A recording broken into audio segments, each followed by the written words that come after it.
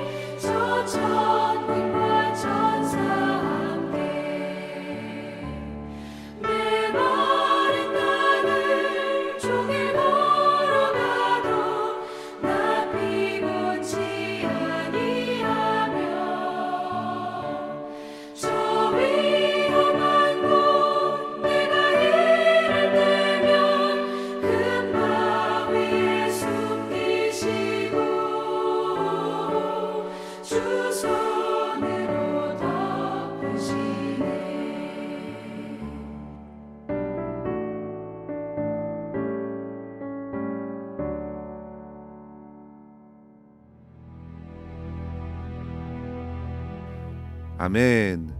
오늘 함께 나눌 말씀은 누가복음 1장 67절에서 75절까지의 말씀입니다. 그 붙인 사가랴가 성령의 충만함을 받아 예언하여 이르되 찬송하리로다 주 이스라엘의 하나님이여 그 백성을 돌보사 속량하시며 우리를 위하여 구원의 뿔을 그 종 다윗의 집에 일으키셨으니 이것은 주께서 예로부터 거룩한 선지자의 입으로 말씀하신 바와 같이 우리 원수에게서와 우리를 미워하는 모든 자의 손에서 구원하시는 일이라. 우리 조상을 긍휼히 여기시며 그 거룩한 언약을 기억하셨으니 곧 우리 조상 아브라함에게 하신 맹세라. 우리가 원수의 손에서 건지심을 받고 종신토록 주의 앞에서 성결과 의로 두려움 없이 섬기게 하리라 하셨도다. 아멘. 수개월에 걸쳐 말하지 못하던 사가랴 제사장은 드디어 침묵을 깨뜨리고 내뱉은 한마디가 바로 하나님을 찬양하는 것이었습니다. 사람들은 본문에서의 그의 찬양을 라틴어 번역본의 첫 글자를 따서 종종 베네딕투스라 했는데요. 우리말로 한다면 송가, 찬가입니다. 그의 찬양은 곧 오늘 말씀대로 예언의 찬송이 되어서 하나님께서 보내주신 그리스도 예수를 통한 참 이스라엘의 구원의 성취를 예고한 것이고, 후반부에는 그의 아들 세례 요한이 장차 어떻게 예수 그리스도의 오심을 맞이해야 하는지를 찬양 중에 예언한 내용입니다. 사랑하는 성도 여러분, 우리가 지난 주일 신년 감사 예배를 드릴 때에 하나님께서는 우리 삶에 소망의 혁신을 이루라 말씀해 주셨습니다. 그 혁신은 사람의 힘과 능력으로 이룰 수 있는 것이 결코 아니었습니다. 모든 인생의 호흡이 다할 때가 곧 임하기 때문입니다. 자기의 생명조차도 어찌할 수 없는 인생을 보면 결코 소망이 없습니다. 그러나 영원하신 하나님께서는 우리의 삶에 확실한 소망이 되시기에 우리는 오직 하나님 한 분만 바라보는 것으로 삶의 소망을 회복할 수 있다 하셨습니다. 그래서 담임 목사님께서 온 교회 성도들이 하나님을 하루에 3번 이상 찬송하자 하셨는데요.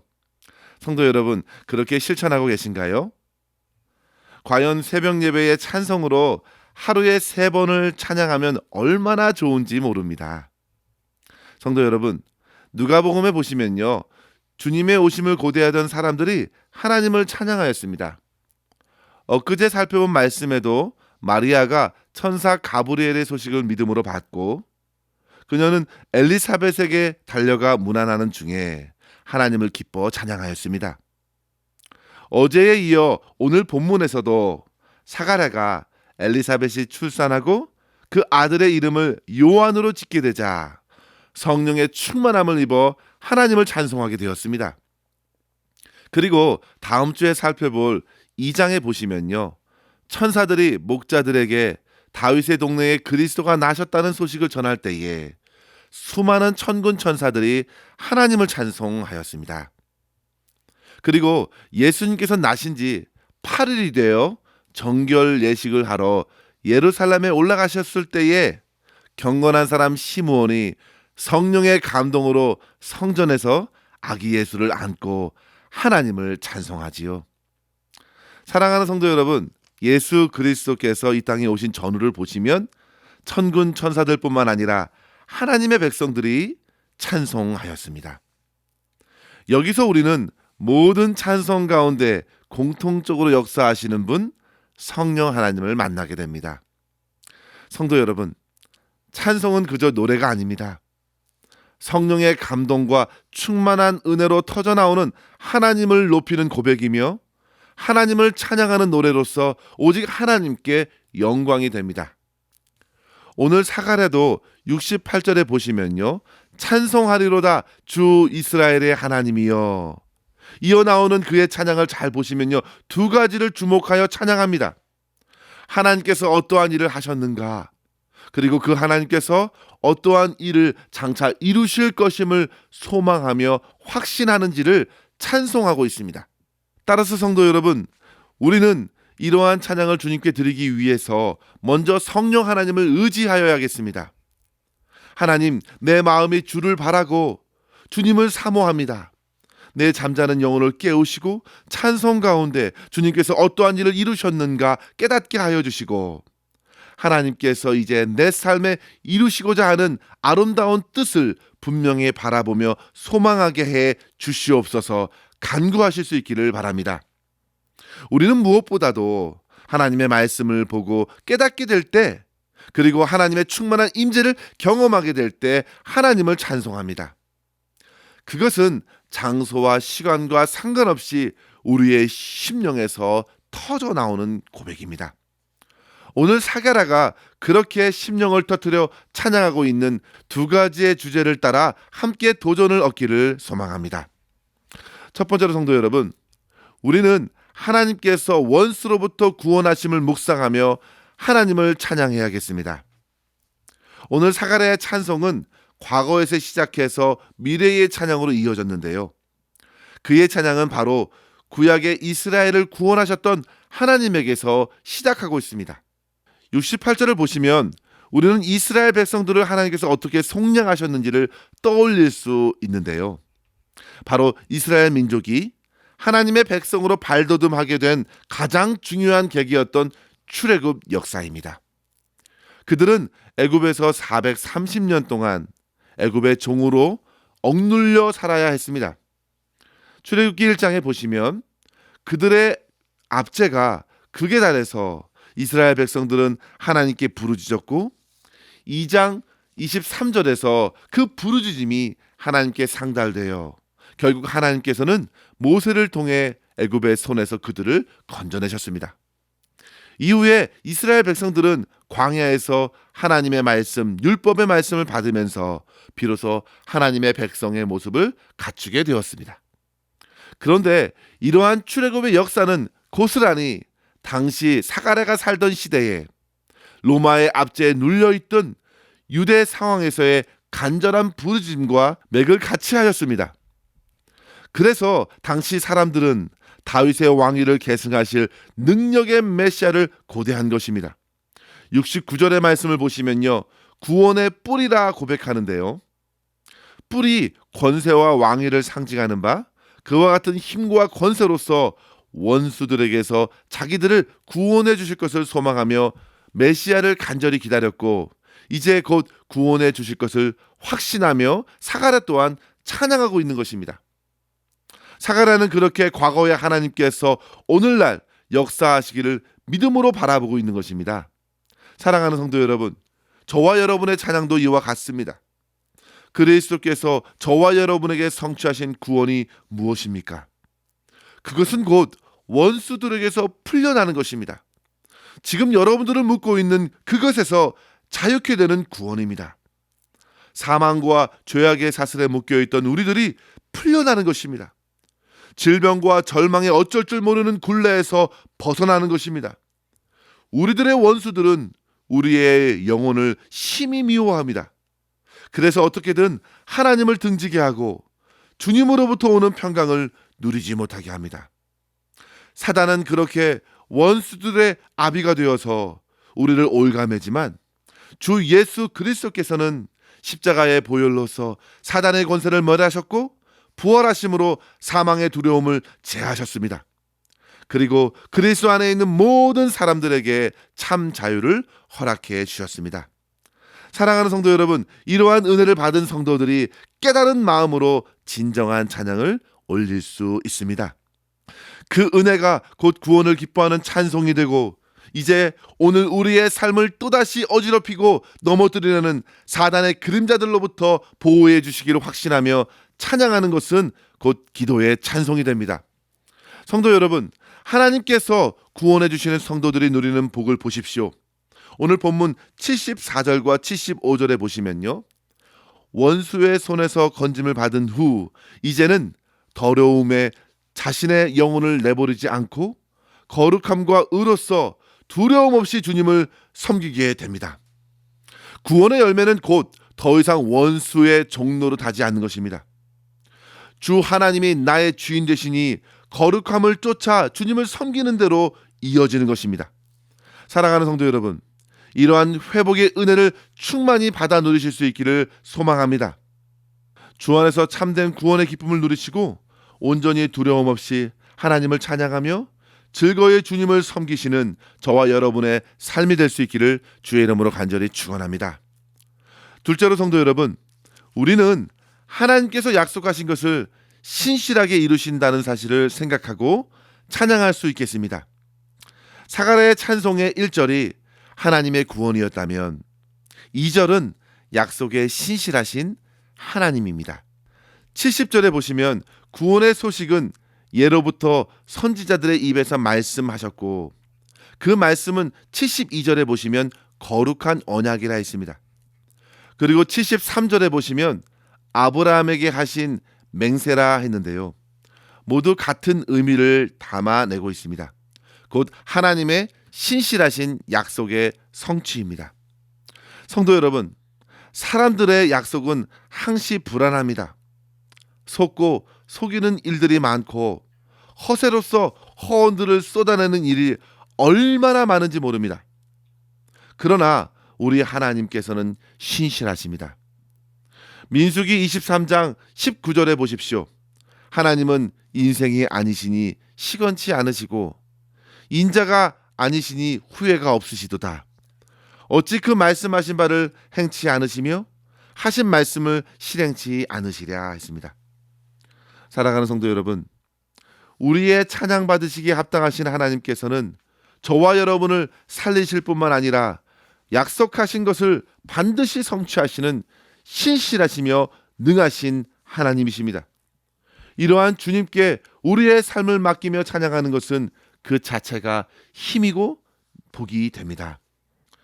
느헤미야가 성전과 성벽 재건을 마친 이후 슬퍼하던 백성들에게 느헤미야 8장 10절에서 이렇게 선포하였습니다.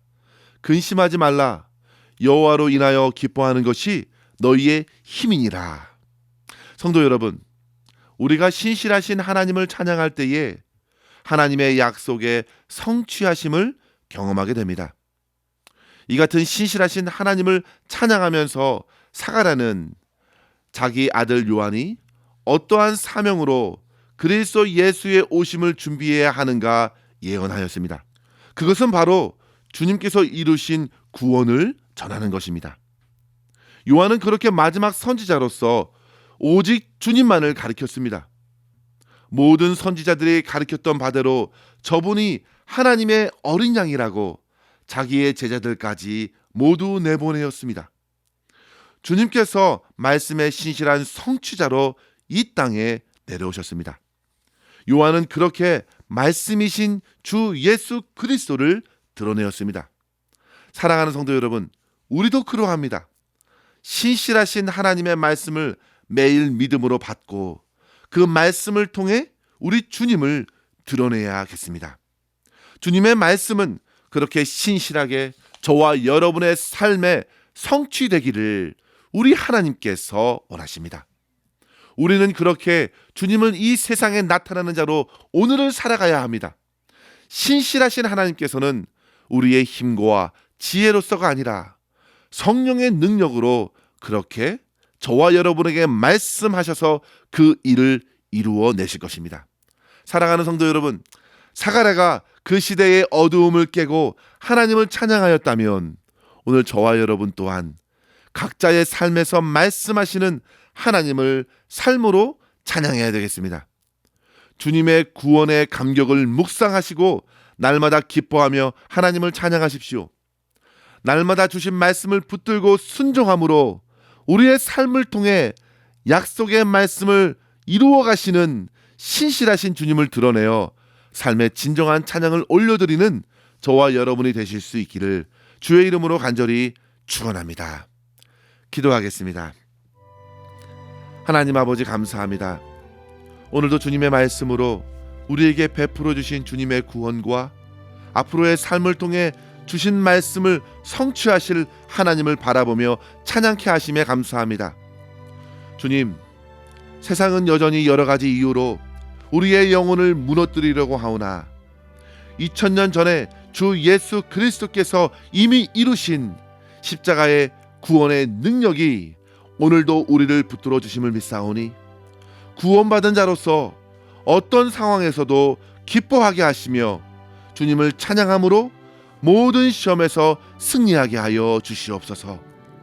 죄와 사망의 법에서 해방시켜 주신 주님의 신실하신 능력으로 오늘을 살아가게 하여 주시고 주신 말씀이 우리의 소망이요 우리의 생명을 믿고 오직 주님의 뜻을 이루는 삶을 살게 하여 주시며 예수 그리스도의 성품을 닮아가며 주님만 드러내게 하여 주시옵소서. 오늘도 오직 주님께 모든 것을 의탁하옵고 우리 구주 예수님의 이름으로 간절히 기도하옵나이다. 아멘. 사랑하는 성도 여러분, 오늘도 주 안에서 평안하시고 승리하시기를 바랍니다. 감사합니다.